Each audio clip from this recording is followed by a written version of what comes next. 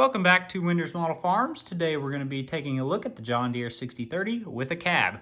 Ertl made this a few years ago and they're kind of getting hard to find with the cab. The one particular one I have here has been custom painted with a weathered paint job. I picked this up in Alabama this past winter at a farm toy show and I think it looks fantastic with the weathering.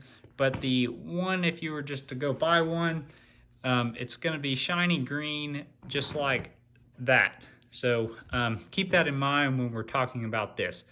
Now, this thing has got kind of hard to find with the cab, or at least they're getting kind of expensive. I've seen them on eBay and other places for anywhere from like $70, $80, $90 for this little tractor. They do have these, which you can pick up from Ertl without the cab for like 12, 15 bucks all day long.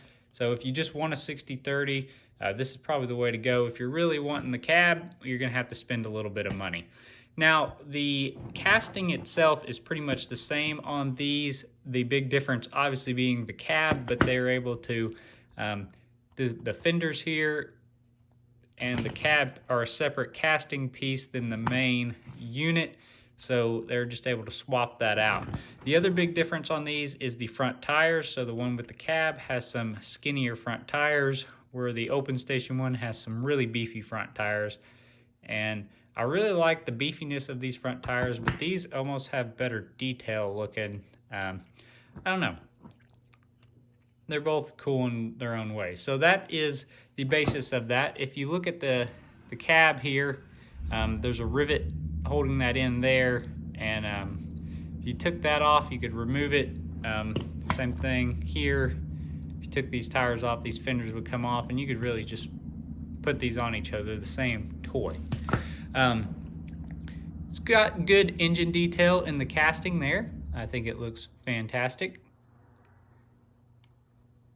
Nice set of stack weights here on the front. Front end looks good. Good engine detail on the other side. On the top, we've got our row marker as well as our diesel cap. One thing I will complain about both of these is it's got a green air intake. So those would have been black on probably like 90% of the ones made in real life or more. I think only the first few in the first year, maybe the first year, would have been green. Pretty much all the other years these were produced would have been black, and all the toys that Ertl has made is green. So I've custom painted a few of these black, and I think that would make this better if that was painted black.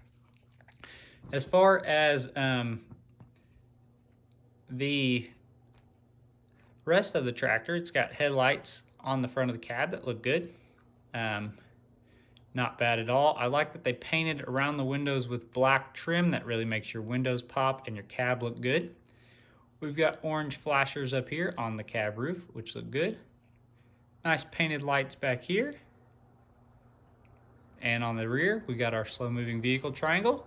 The rear end is nice and beefy, looks pretty good.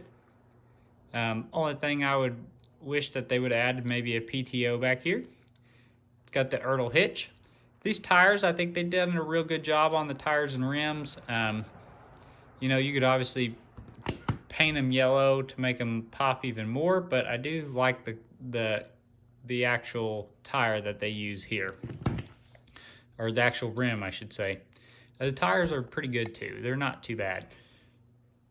The interior, you can see there, pretty good steering wheel, seat. Not a whole lot going on. The interior is basically, I think, what that looks like. You can kind of see down in there.